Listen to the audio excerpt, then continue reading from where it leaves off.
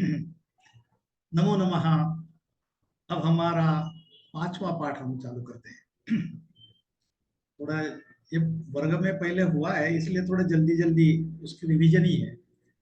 पाठ सब पढ़े हुए हैं इसके, इसलिए थोड़ा जल्दी जल्दी हम जा रहे हैं। और ऐसे लगेगा कि अरे ये तो बहुत आगे वाली बातें सो पढ़ाते हैं पुस्तक में। ऐसे तो नहीं है, मैं पुस्तक के बाहर कुछ भी नहीं पढ़ाता। देखिए, अब ये है हमारा रुचिरा पुस्तक, छठी कक्षा का। छठी कक्षा का जो पुस्तक है उसे ही हम फॉलो करेंगे पहले। और उसका जो अभी 88 पेज नंबर है, उसके ऊपर हम आते हैं। वहां क्या लिखा है वो हम आज पढ़ते हैं। तो ये परिशिष्टम कारक विभक्ति परिचय।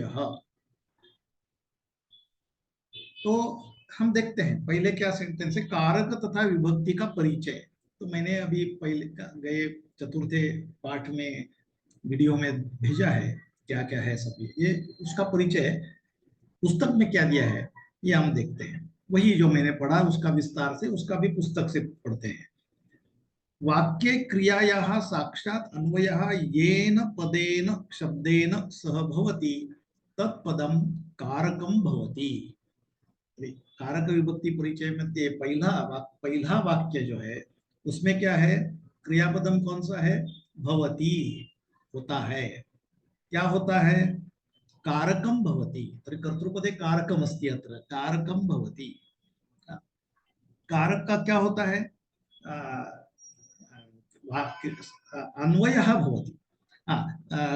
तो उसमें क्या ले, वाक्य वाक्य इत्युक्ते सप्तमी विभक्ति वाक्य शब्द से। तो वाक्य में क्रिया का, क्रियायाः षष्ठी विभक्ति क्रिया का साक्षात अन्वय इत्युक्ते संबंध।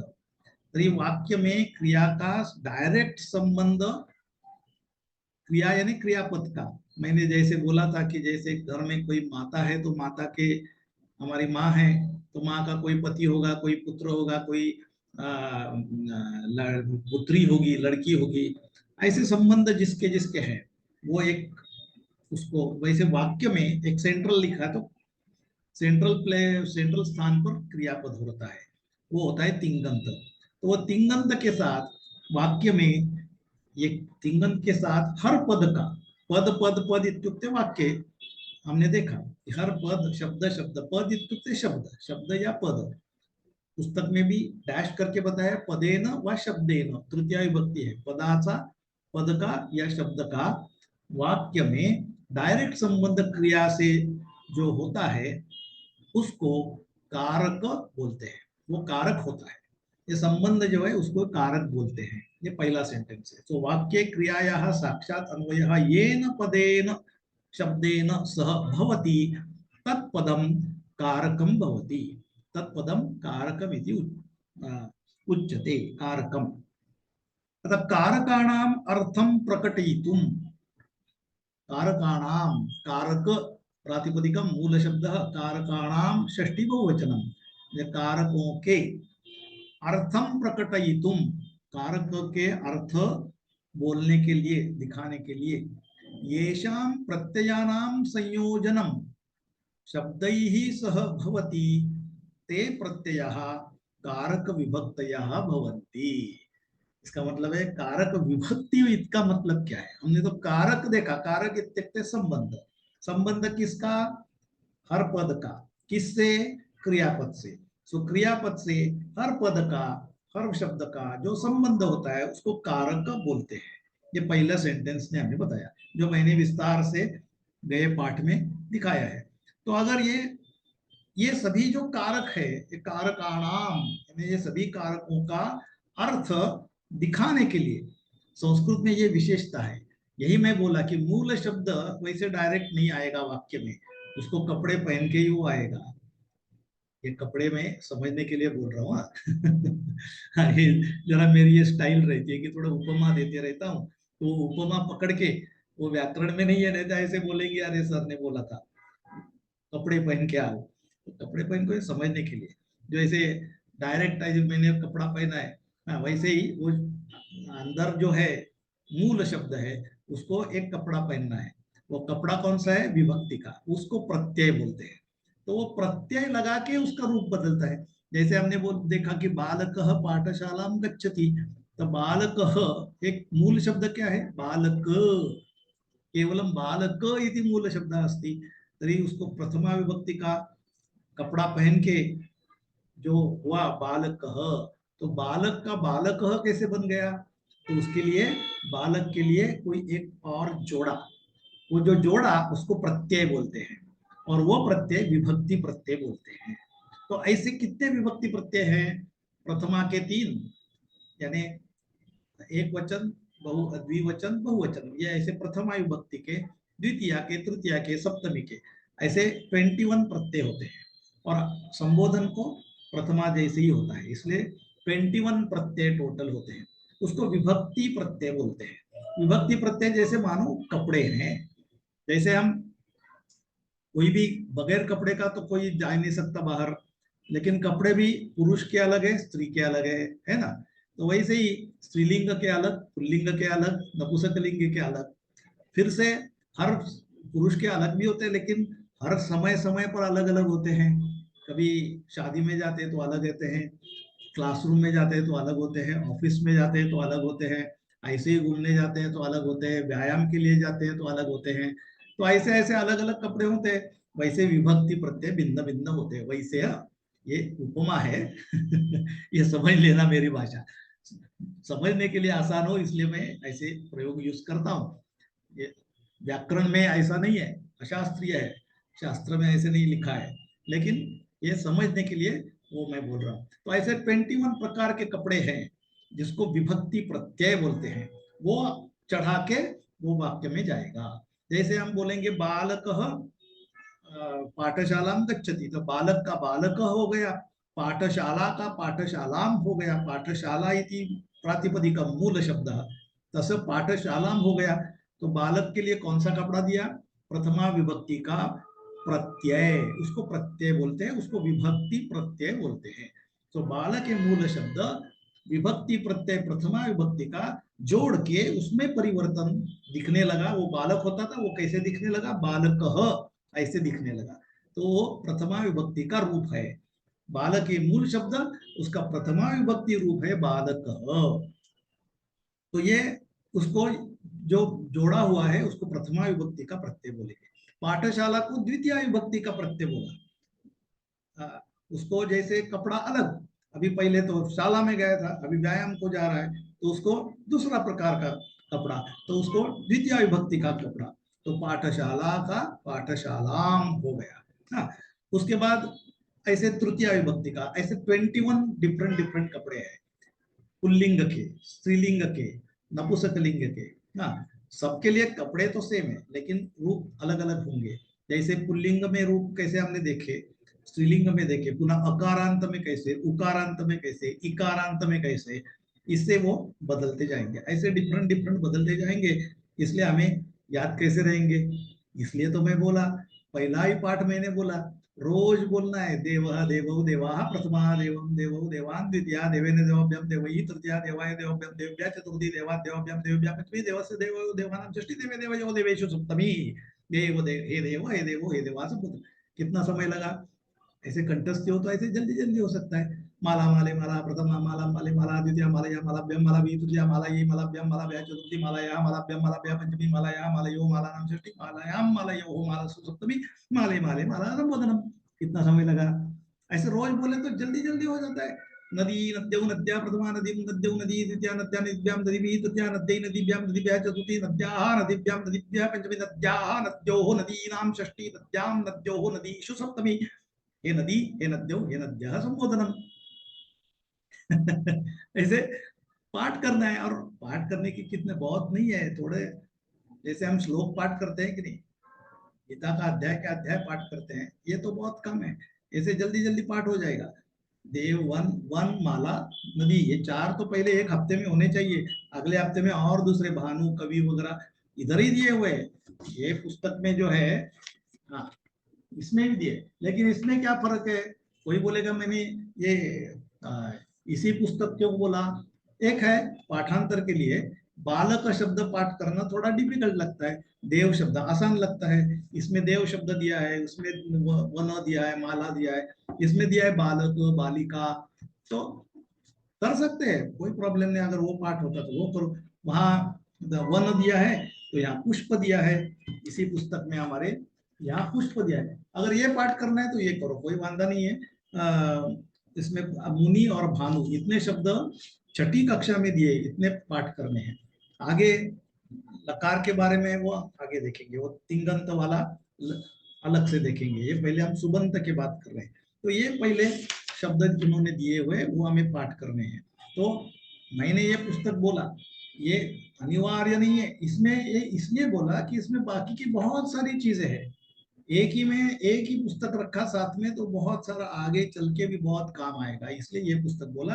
कीमत भी बहुत कुछ नहीं है, 100 के आसपास होगी, सभी जगह कौन से भी पुस्तक में मिलता है।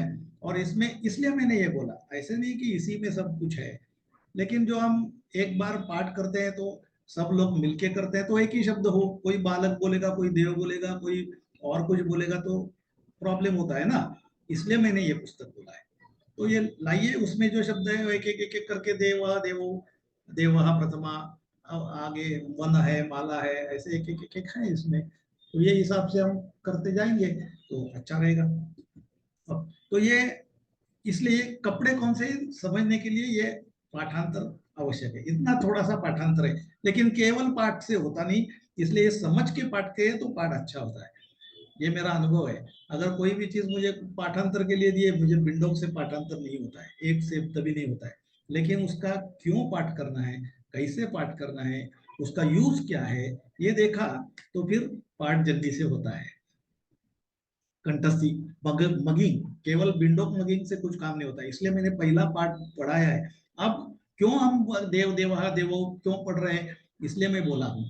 तो यहाँ उन्होंने बोला कि ये 21 प्रकार के कपड़े हैं, इसलिए वो देखा है। तो आगे चलते हैं, उसको क्या बोलते हैं, प्रत्यय बोलते हैं। कौन से प्रत्यय, विभक्ति प्रत्यय, यानी प्रत्यय ने कपड़े, कपड़े जैसे, कपड़े ऐसे नहीं, व्याकरण में नहीं बोले जाएगा, कपड़े जैसे। तो प्रत्यय है, नाम पद के लिए विभक्ति प्रत्यय बोलेंगे, वो उनको या सुप प्रत्यय बोलते हैं, तो सुप अंत्य अस्ति इससे सुबंत, सुबंत बोले, या उधर क्रियापद के लिए तिंगंत बोलते हैं, क्रियापद के प्रत्यय होते हैं, उसको आगे देखेंगे हम वो प्रत्यय। तो प्रत्यय यानी कपड़े, मूल शब्द वाक्य में कभी भी आ नहीं सकता, उसको कपड़े पहनने ही पड़ते हैं, विभक्ति के पहनो या लकार के पहनो। अभी विभक्ति के पकड़े तो कौन कितने हैं, 21। कौन से, प्रथमा से सप्तमी विभक्ति पर्यंतम, एक वचन द्विवचन बहुवचन। कैसे याद रखेंगे, उसको कंठस्थी करके, पाठांतर करके, रोज रोज बोल के, टेबल जैसे पाठ करते हैं वैसे, तो याद रहेगा। ओके, तो आगे पढ़ते हैं। तो ये क्या बोला, कारकाणाम अर्थम प्रकटयितुम येषां प्रत्ययानां संयोजनम शब्दैः सह भवति। हाँ, ते प्रत्ययाः कारक विभक्तयः भवन्ति।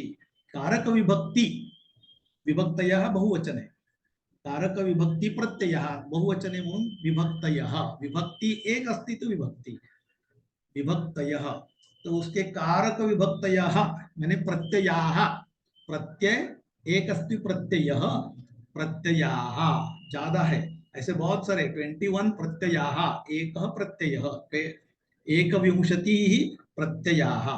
तो प्रत्ययाः होते हैं, वो किससे जुड़ते हैं, मूल शब्द से जुड़ते हैं और रूप बनता है, वो ही वाक्य में जा सकता है। इसका अर्थ यह है, यथा, अगला सेंटेंस पुस्तक का, यथा छात्राः, मूल शब्द क्या है, छात्र, छात्र अकारांत पुल्लिंग है, देव जैसे चलेगा, तो बहुवचन क्या होगा, छात्राः, कौन से विभक्ति का, प्रथमा विभक्ति का। आगे है छात्राः, ये संबोधन है, संबोधन और प्रथमा विभक्ति के लगभग सेम ही है, केवल एक वचन में थोड़ा सा डिफरेंस है, एक वचन में संबोधन के थोड़ा सा डिफरेंस होता है, वो देखेंगे हम, बाकी सब प्रथमा विभक्ति और संबोधन एक ही है। तो यहाँ छात्रों को बोला है पहले, ये सेंटेंस में, ये सेंटेंस क्या है पहले पढ़ते हैं, छात्राः दशरथस्य सुतः रामः दंडकारण्यात् लंकां गत्वा युद्धे रावणं बाणेन हत्वा विभीषणाय लंका राज्यम अयच्छत्। ऐसे इधर पूरा वाक्य दिया है। हाँ, तो थोड़ा बोलेंगे मेरे साथ, तो मैं थोड़ा गैप रखता हूँ। बोलो। छात्राः दशरथस्य सूतः रामः दंडकारण्यात् लंकां गत्वा युद्धे रावणं बाणेन हत्वा विभीषणाय लंकाराज्यम अयच्छत्। मेरे पीछे पीछे बोलने से जबान को देखिए कैसे, संस्कृत की मजा यही है कि कैसे सब जीभ का पूरा घूमता है, ऐसे आंग्ल भाषा में नहीं होता है। वो ऐसे ही तो इतना इतना इतना मुंह खोलते हैं सब, इसमें के इतने मजा आती है। देखो बोलते बोलते जाओ, बहुत मजा आएगा। तो जैसे उसके ऊपर सेंटे वो अंक दिए है कोई, छात्रा के ऊपर कौन सा दिया है, एक दिया है। हाँ, उसका मतलब है संबोधन। एक 11 दिया है, 11। तो 11 इसका मतलब है उसका, उसके क्रम संख्या कोष्टक दिया है, पहले उसमें क्रम संख्या है, शब्द शब्दाह पदानी कौन से है, कारक कौन सा है, विभक्ति कौन सी है, ये कोष्टक में दिया है। तो हम एक एक देखते हैं। तो पहला जो है छात्राः, उसका है 11 नंबर, वो विशेष करके कोष्टक के नीचे दिया है, वो पहले पढ़ते हैं। विशेषः षष्ठी विभक्ते अर्थ संबद्ध अस्ति। जो मैंने बोला था ना, षष्ठी विभक्ति कारक विभक्ति नहीं होती है, डायरेक्ट संबंध नहीं होता है, उसका अर्थ संबंध होता है किससे, कोई भी अलग पद से, क्रियापद से संबंध होता नहीं, इसलिए षष्ठी किंचित भिन्न है। संबंध संबोधनम च, संबंध इत्युक्ते षष्ठी विभक्ति, तथा संबोधन च कारकम न भवति, इनको कोई कारक नहीं बोलते क्योंकि उनका क्रियापद से डायरेक्ट संबंध नहीं है। अभी अयच्छत यानी अयच्छत दिया, ये वाक्य में अयच्छत। तो हे छात्राः, छात्रों को पूछा, बोला है मेरे सामने, अरे मेरे प्यारे विद्यार्थियों, ये संबोधन किया, उसका आगे के सेंटेंस से संबंध ही नहीं है, है ना, तो उसको नहीं है, इसलिए वो कारक विभक्ति नहीं होती, वो क्या है, संबोधनम। वैसे ही षष्ठी विभक्ति, उसका डायरेक्ट संबंध क्रियापद से होता नहीं है, इसलिए उसको कारक न बोलते हैं। उदाहरणम, आगे उदाहरण दिया है, दशरथस्य, दशरथस्य, इसका डायरेक्ट अयच्छत ये क्रियापद से संबंध नहीं है। ये पहले ये सेंटेंस का अर्थ क्या है वो मैं बताता हूं। छात्रा, हे छात्रों, दशरथ के पुत्र राम ने दंडकारण्य से लंका में जाके युद्ध में रावण का बाण से उसकी हत्या करके विभीषण को लंका का राज्य दिया। क्रियापदम क्या है, दिया। संस्कृत में क्या है, अयच्छत, भूतकाल में है अयच्छत। ददाती, पहले हमने गए पाठ में क्या देखा था, शिक्षक ददाती, ये वर्तमान काल में शिक्षक देता है। अब इसमें क्या है, अयच्छत यानी दिया। ददाती उसके लिए यच्छति भी बोलते हैं, शिक्षक यच्छति, शिक्षक देता है। और यहाँ राम अयच्छत यानी भूतकाल अर्थ है, राम ने दिया। तो राम ने क्या दिया, ये दंडकारण्य से लंका जाके युद्ध में बाण से रावण को मार के उसका राज्य विभीषण को लंका राज्य दिया। अब ये राम के लिए संबंध, देने देना या क्रियापद से राम का संबंध है, राम ने दिया। क्या दिया उसमें, लंका राज्य दिया। तो लंका राज्य कर्म है, किसको दिया, विभीषण को दिया। तो विभीषण का संप्रदान है, चतुर्थी विभक्ति है ना। तो पहले अयच्छत इति क्रियापद में, क्रियापद कौन दे, ये क्रिया कौन किसने की, राम ने की। तो राम है, वो उसने क्या दिया, लंका राज्य दिया। हाँ, ऐसे थोड़ा दो वाक्य है उसमें। पहले रावण की हत्या की, रावणम हत्वा, रावण, इसके ये थोड़ा संयुक्त वाक्य है और भी कॉम्प्लिकेट किया है, तो थोड़ा बाद में हम समझ जाएंगे कि दो क्रिया है। पहले तो रावण दंडकारण्य से लंका गया, और जाके, तो जाके गत्वा यानी जाके, जाने, जाकर, जाकर या जाके, इसलिए गत्वा है। तो पहला सेंटेंस रावण, राम दंडकारण्य से लंका गया, जाके उसने रावण की हत्या की बाण से, ये भी दूसरा सेंटेंस है उसमें, हत्वा, हत्या करके। तो ये संयुक्त वाक्य है, इसमें तीन वाक्य अलग अलग है। एक, राम दंडकारण्य से लंका गया, उसने बाण से रावण की हत्या की, और तीसरा है विभीषण को लंका राज्य दिया। तो एक ही राम ने किया, पहले जाए गया, जाके मारा और राज्य दिया। तो तीन सेंटेंसेस है, इसलिए थोड़ा कॉम्प्लिकेटेड है। तो हम थोड़ा सा देखते हैं। अयच्छत यानी दिया, तो रावण को, किसको मार के, रावण को मार के, तो रावण भी कर्मपद हुआ। क्या दिया, लंका राज्य दिया, वो भी कर्मपद हो गया। और गत्वा, किधर जाके, लंका जाके, वो भी कर्मपद हो गया। तो लंका, रावणम, लंका राज्यम, ये क्या हो गए, कर्मपद हो गए। उसकी क्या होती है, द्वितीय विभक्ति। कोष्टक में देखो, कोष्टक में क्रम संख्या शब्द पदानी कारकम विभक्ति। तो पहला क्या, क्रम संख्या एक और दो, किसके सिर पर एक दो लिखा है, सूत राम, इसके ऊपर लिखा है। तो सूत यानी पुत्र, पुत्र राम, पुत्र राम इसने किया, इसलिए वो करता है। हाँ, तो जैसे हम हिंदी में उसने क्या बोलते हैं, लेकिन संस्कृत में उसकी प्रथमा विभक्ति होती है कर्ता की। एक क्रिया किसने की, सूता राम, राम त्याचं विशेषण आहे सूत। हाँ, तर सूत राम है, म्हणून उसका प्रथमा विभक्ति हो गई, वो कर्तृपदम है। क्योंकि अयच्छत देने की क्रिया किसने की, सूत राम ने की, इसलिए वो करता है, इसलिए उसकी प्रथमा विभक्ति। उसके बाद सेकंड सेंटेंस क्या है, क्रमांक 3, 4, 5, कौन कौन से सिर पर है देखो।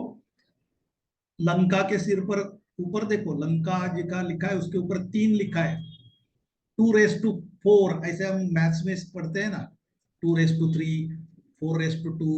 तो जो रेस टू जगह पर है ना, उदाहरण है, सिमिली, सिमिली है, ऐसे ही नहीं है यहाँ। लेकिन लंका रेस टू 3, तो रेस टू 3 नहीं है वो, 3 जो आंकड़ा है वो, या रावण रेस टू 4, या लंका राज्यम रेस टू 5।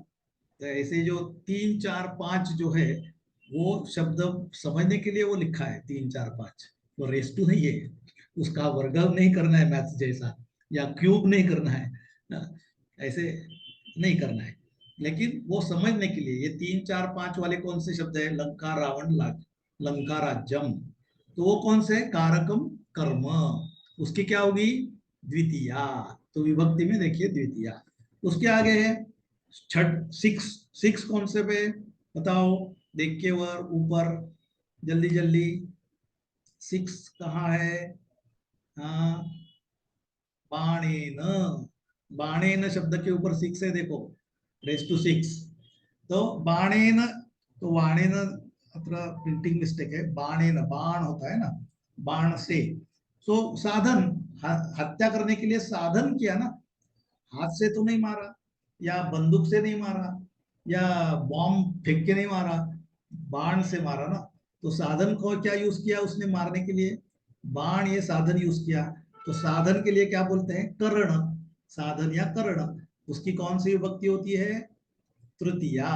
तो इधर ही लिखो, देखो, बाणेन कर्णम कारकम, तृतीया विभक्ति। इसलिए बाण मूल शब्द है, तृतीया क्या होगी, बाण पुल्लिंग है, न अकारांत पुल्लिंग है, तो देव जैसे चलेगा। देव की तृतीया क्या होती है, देवा देवो देवा प्रथमा, देवम देवो देवान द्वितीया, देवे न देवाभ्याम। तो बाणे न, कर्णम है तृतीया। आगे क्या है, सप्त कौन किसके सिर पर है?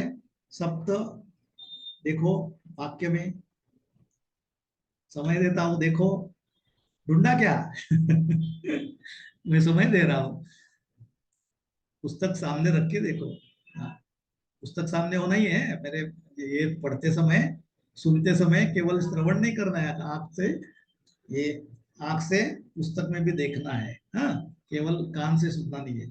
तो सात कौन से ऊपर है देखा कि नहीं? विभीषणाय, विभीषणाय, विभीषणाय, विभीषणाय इति शब्द अस्ति। तो क्या होता है? दिया जिसको देना उसका संप्रदान होता है, चतुर्थी विभक्ति। तो विभीषण इति प्रातिपदिक में कौन सा है? विभीषण अकारांत है, पुल्लिंग है, कैसे चलेगा? देव जैसे। उसकी चतुर्थी विभक्ति क्या होगी? देवा देवौ देवाः प्रथमा, देवम देवौ देवान् द्वितीया, देवेन देवाभ्याम देवैः तृतीया, देवाय। तो देवाय होता है, तो विभीषण का क्या होगा? विभीषणाय, विभीषणाय इति चतुर्थी विभक्ति। तो ये होगा संप्रदान कारकम, जिसको देना है। उसके बाद क्या है? आठवां देखो, ढूंढो जल्दी जल्दी। आठवां, आठवां क्रमांक तो किसके सिर पर है? ऊपर देखो, दंडकारण्यात। दंडकारण्य अरण्य है, वहीं से। राम पहले कहा था दंडकारण्य में था, तो राम और दंडकारण्य साथ में थे। अभी राम विभक्त होके लंका गया, तो राम दंडकारण्य से गया, तो दंडकारण्य और राम होता तो उनका वियोग हो गया। पहले एक साथ थे, दंडकारण्य में राम था, दोनों एक साथ थे। अभी दंडकारण्य उधर ही रहा, राम विभक्त होके होके लंका, लंका गया। तो दंडकारण्य से लंका गया, तो उसका वियोग क्या से हुआ? दंडकारण्य, और राम का वियोग दंडकारण्य से हुआ। तो दंडकारण्य का क्या होगा? अपादान, जिससे वियोग होता है उसको बोलते हैं अपादान, उसकी विभक्ति पंचमी।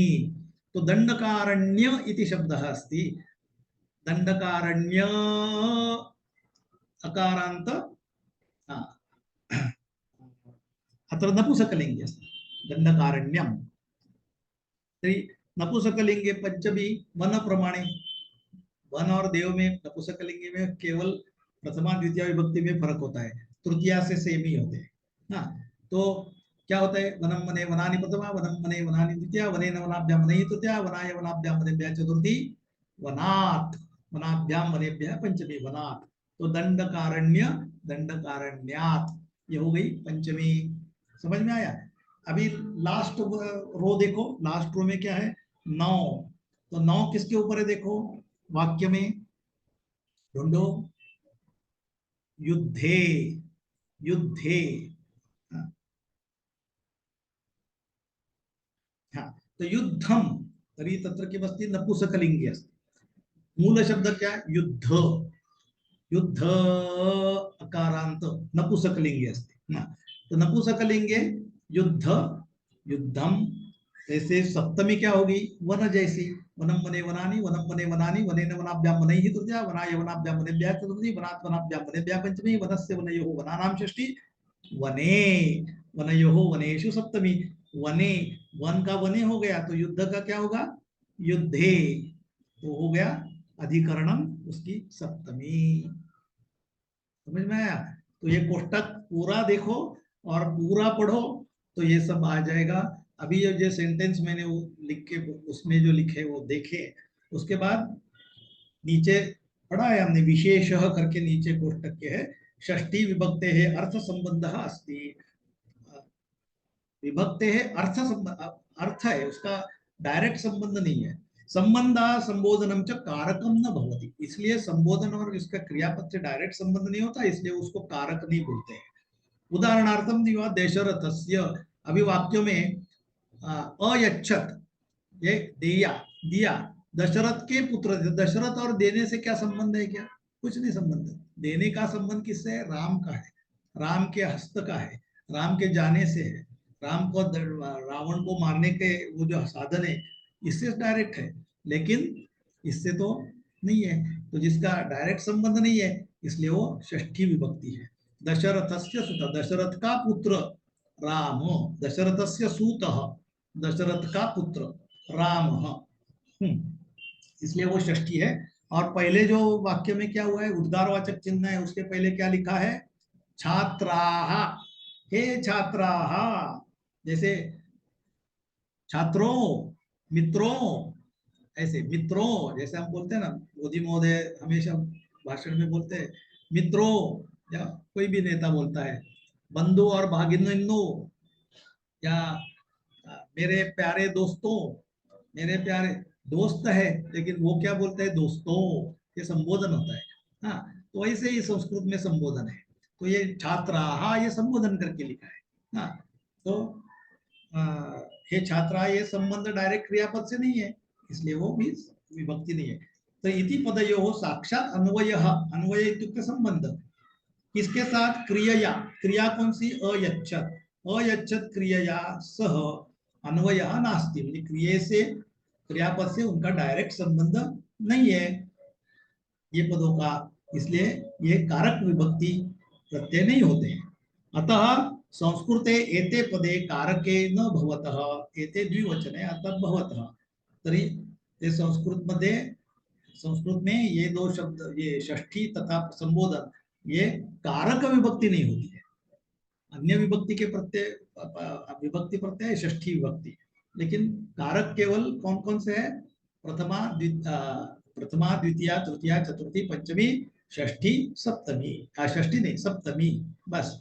क्या, करण, कर्ता प्रथमा, कर्म द्वितीया, करण तृतीया, संप्रदान चतुर्थी, अपादान पंचमी, अधिकरण सप्तमी, षष्ठी संबंध विभक्ति, संबोधन संबोधना। समझ में आया? तो ये पाठ हमने पुस्तक से पढ़ा है, परिशिष्ट में, आप अभी पढ़िए, समझ लीजिए। कोई शंका हो तो वर्ग में पूछिए, वर्ग में समय नहीं मिला तो मुझे कभी भी फोन करके पूछ सकते हैं, ये आपने बोला ये समझ में नहीं आया, लेकिन उसके पहले 10 बार, एक बार, 2 बार, 3 बार ये वीडियो देखो, 10 बार देखो, समझ में आ ही जाएगा। कोई भी चीज, भगवान ने क्या बोला है, अभ्यास है न तो कौन्तेय सर्वम शक्यम भवति।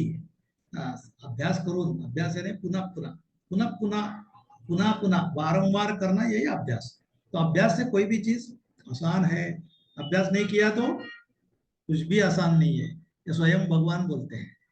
हाँ, अध्याय में, जो प्रयत्न नहीं करता, भगवान ने बोला है, छठे अध्याय में बोला है कि जो प्रयत्न कुछ भी नहीं करता है उसके लिए कुछ भी नहीं है, उसके लिए कुछ भी चीज पॉसिबल नहीं है। लेकिन जो प्रयत्न करता है, अभ्यास करता है, बारंबार करता है, उसके लिए कुछ भी असंभव नहीं है, सब कुछ संभव है, थोड़ा प्रयत्न की आवश्यकता है। चलो यहाँ इधर ही रुकते हैं।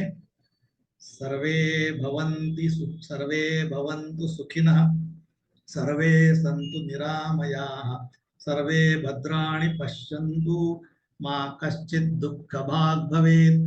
ओम शांति शांति शांति। धन्यवादः। पुनर्मिलामः।